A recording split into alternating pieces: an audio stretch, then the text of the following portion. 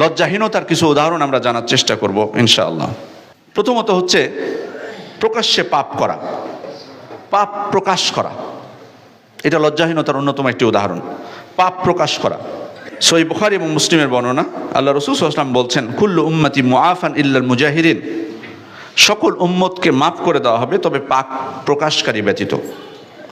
ওয়া ইন্না মিনাল মুজাহারা, আর পাপ প্রকাশটা কিভাবে এবার তিনি ব্যাখ্যা দিচ্ছেন আল্লাহ রাসূল সাল্লাল্লাহু আলাইহি ওয়াসাল্লাম। তিনি বলছেন, আইয়ামালা রাজুলু বিল-লাইলি আমালান, একজন ব্যক্তি রাত্রে কোনো পাপ করলো, সুম্মা ইউসবিহু ওয়া ক্বাদ সাতারাহুল্লাহ, সকাল হলো কিন্তু আল্লাহ তাআলা এটাকে গোপন রাখলেন। রাত্রে পাপ করলো, সকাল হয়ে গেল কিন্তু আল্লাহ তাআলা সেটাকে গোপন করলেন।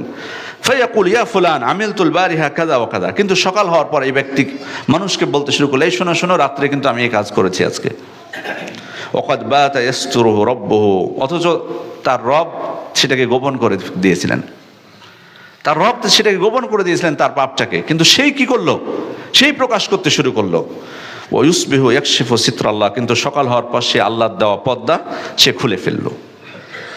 তাহলে বান্দার যদি কোনো কারণে পাপ হয়েও যায় তিনি লজ্জিত হবেন আল্লাহ তাআলার ক্ষেত্রে, তার কাছে ক্ষমা প্রার্থনা করবেন। কিন্তু প্রকাশ করাটা মানুষের মধ্যে আসলে এটা আছে অনেক মানুষের মধ্যে, যে পাপ করাটা যেটা তো লজ্জাজনক বিষয়, কিন্তু অনেক সময় এটা গর্বের কারণ হয় অনেকের। দেখবেন এরকম মানুষ আছে সমাজে, পাপ করাটা কি গর্বের কারণ তার। হ্যাঁ, অমুককে আমি এই দিয়েছি, ওই করেছি, অমুকের এটা আত্মসাৎ করেছি, এই কাজ করলাম, ওই কাজ করলাম, প্রকাশ করে অনেকে। দেখবেন পাপটা, কাজটা ভালো না কিন্তু প্রকাশ করতেছে। আল্লাহ রাসূল তাদেরকে বুঝিয়েছেন যে আল্লাহ তাআলা ক্ষমা তারা পাবে না, অন্যরা ক্ষমা পেতে পারে কিন্তু তারা পাবে না ক্ষমা।